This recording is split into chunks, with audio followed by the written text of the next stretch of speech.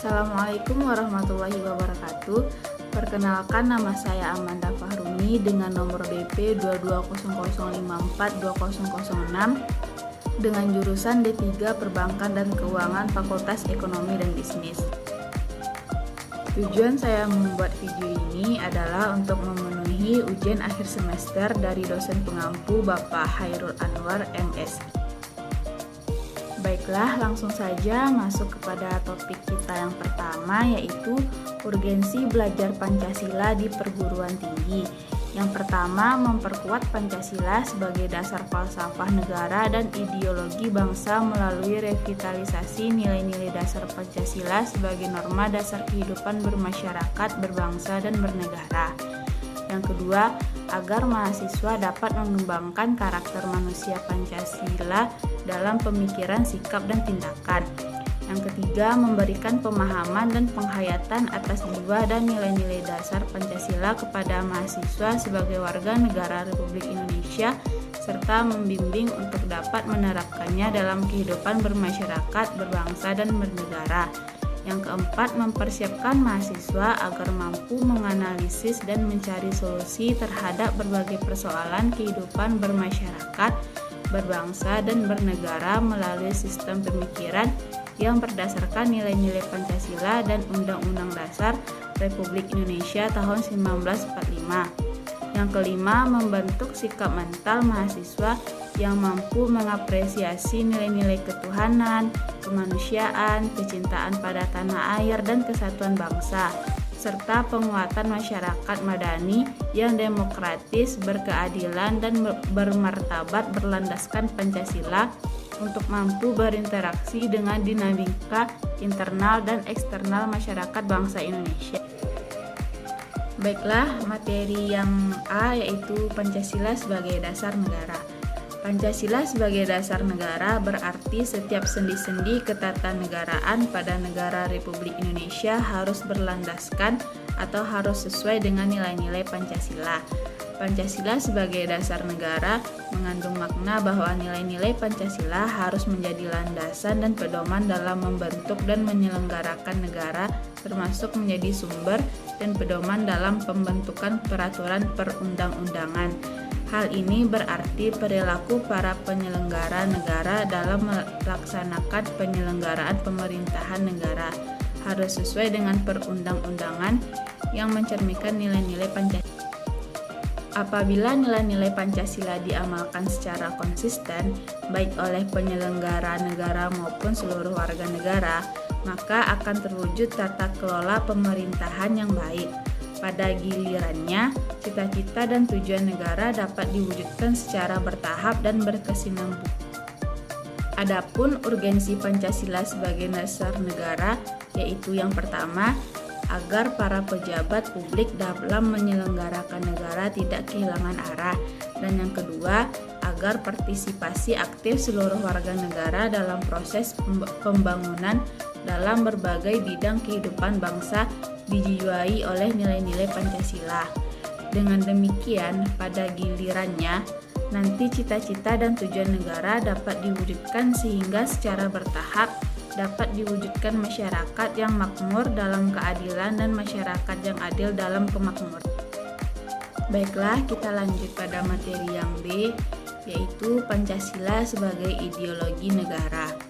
Pentingnya Pancasila sebagai ideologi negara bagi mahasiswa adalah untuk memperlihatkan peran ideologi sebagai penuntun moral dalam kehidupan bermasyarakat, berbangsa, dan bernegara. Di samping itu, Pancasila sebagai ideologi negara pada hakikatnya mengandung dimensi realitas, idealitas, dan fleksibilitas yang memuat nilai-nilai dasar, cita-cita, dan keterbukaan sehingga mahasiswa mampu menerima kedudukan Pancasila secara akademik. Pancasila sebagai ideologi, selain menghadapi tantangan dari ideologi-ideologi besar dunia, juga menghadapi tantangan dari sikap dan perilaku kehidupan yang menyimpang dari norma-norma masyarakat umum. Tantangan itu meliputi antara lain terorisme dan narkoba, Sebagaimana yang telah diinformasikan oleh berbagai media massa bahwa terorisme dan narkoba merupakan ancaman terhadap keberlangsungan hidup bangsa Indonesia dan ideologi negara. Pancasila sebagai ideologi negara mempunyai urgensi, yaitu yang pertama, ideologi negara sebagai penuntun warga negara. Artinya, setiap perilaku warga negara harus didasarkan pada preskripsi moral.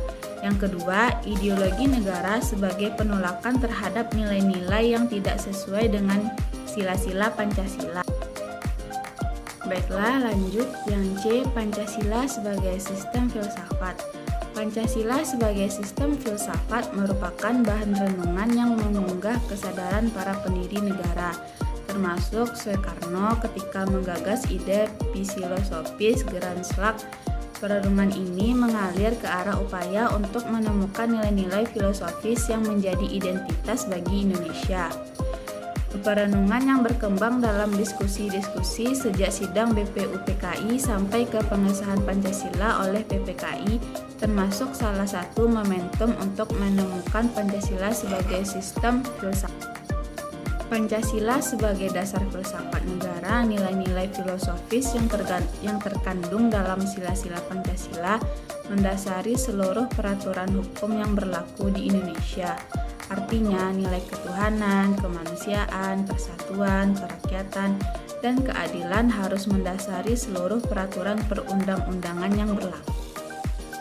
Pentingnya Pancasila sebagai sistem filsafat ialah agar dapat diberikan pertanggungjawaban rasional dan mendasar mengenai sila-sila dalam Pancasila sebagai prinsip-prinsip politik agar dapat dijabarkan lebih lanjut sehingga menjadi operasional dalam penyelenggaraan negara, agar dapat membuka dialog dengan berbagai perspektif baru dalam kehidupan berbangsa dan bernegara, serta dapat menjadi kerangka evaluasi terhadap segala kegiatan yang bersangkut paut dengan kehidupan bernegara, berbangsa, dan bermasyarakat.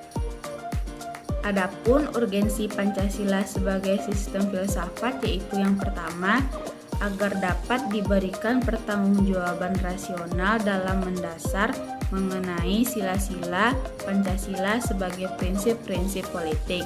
Yang kedua, agar dapat dijabarkan lebih lanjut sehingga menjadi operasional dalam bidang-bidang yang menyangkut hidup bernegara.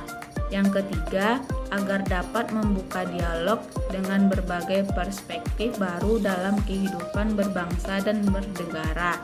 Dan yang keempat, agar dapat menjadi kerangka evaluasi terhadap segala kegiatan yang bersangkut paut dengan kehidupan bernegara, berbangsa, dan bermasyarakat, serta memberikan perspektif pemecahan terhadap permasalahan nasional. Materi selanjutnya yaitu Pancasila sebagai sistem etika. Pancasila sebagai sistem etika di samping merupakan way of life bangsa Indonesia, juga merupakan struktur pemikiran yang disusun untuk memberikan tuntunan atau panduan kepada setiap warga negara Indonesia dalam bersikap dan bertingkah laku. Pancasila sebagai sistem etika dimaksudkan untuk mengembangkan dimensi moralitas dalam diri setiap individu sehingga memiliki kemampuan menampilkan sikap spiritualitas dalam kehidupan bermasyarakat, berbangsa, dan bernegara.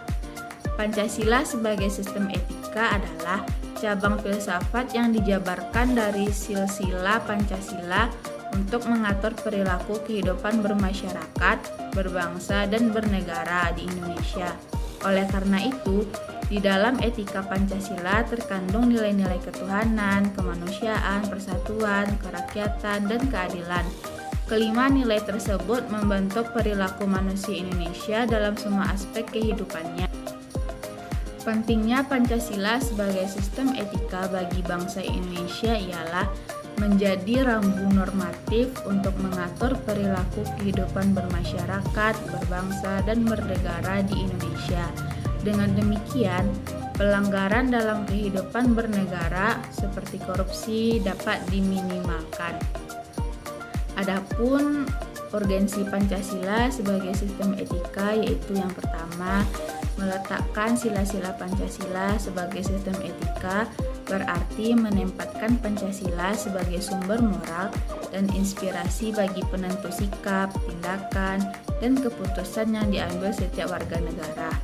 Yang kedua, Pancasila sebagai sistem etika memberi guidance bagi setiap warga negara sehingga memiliki orientasi yang jelas dalam tata pergaulan baik lokal, nasional, regional, maupun internasional.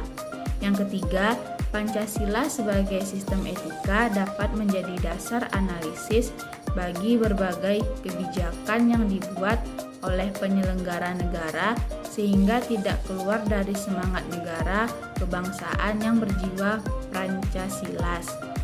Yang keempat, Pancasila sebagai sistem etika dapat menjadi filter untuk menyaring pluralitas nilai yang berkembang dalam kehidupan bermasyarakat, berbangsa, sebagai dampak globalisasi yang mempengaruhi pemikiran warga negara. Baik, yang selanjutnya yaitu yang E, Pancasila sebagai dasar nilai pengembangan ilmu pengetahuan dan teknologi. Pancasila sebagai dasar nilai pengembangan ilmu, artinya kelima sila Pancasila merupakan pegangan dan pedoman dalam pengembangan ilmu pengetahuan dan teknologi. Beberapa terminologi yang dikemukakan para pakar untuk menggambarkan peran Pancasila sebagai rujukan bagi pengembangan ilmu pengetahuan dan teknologi. Pentingnya Pancasila sebagai dasar nilai pengembangan ilmu bagi mahasiswa adalah untuk memperlihatkan peran Pancasila sebagai rambu-rambu normatif bagi pengembangan ilmu pengetahuan di Indonesia. Selain itu, pengembangan ilmu dan teknologi di Indonesia harus berakar pada budaya bangsa Indonesia itu sendiri dan melibatkan partisipasi masyarakat luas. Pengembangan ilmu pengetahuan dan teknologi atau IPTEK dewasa ini mencapai kemajuan pesat sehingga peradaban manusia mengalami perubahan yang luar biasa. Pengembangan IPTEK tidak dapat terlepas dari situasi yang melingkupinya. Artinya, IPTEK selalu berkembang dalam satu ruang budaya. Perkembangan IPTEK pada gilirannya bersentuhan dengan nilai-nilai budaya dan agama, sehingga di satu pihak dibutuhkan semangat objektivitas dan pihak lain IPTEK perlu mempertimbangkan nilai-nilai budaya dan agama dalam pengembangannya agar tidak merugikan umat manusia. Baiklah, urgensi Pancasila sebagai dasar nilai pengembangan IPTEK yaitu yang pertama, perkembangan ilmu dan teknologi di Indonesia dewasa ini tidak berakar pada nilai-nilai budaya bangsa Indonesia sendiri, sehingga ilmu pengetahuan yang dikembangkan di Indonesia sepenuhnya berorientasi pada daerah barat. Yang kedua, perkembangan ilmu pengetahuan di Indonesia lebih berorientasi pada kebutuhan pasar sehingga prodi-prodi yang laku keras di perguruan tinggi Indonesia adalah prodi-prodi yang terserap oleh pasar atau dunia industri. Yang ketiga, pengembangan ilmu pengetahuan dan teknologi di Indonesia belum melibatkan masyarakat luas, sehingga hanya mesejahterakan kelompok elit yang mengembangkan ilmu. Baiklah, hanya itu yang dapat saya sampaikan. Jika ada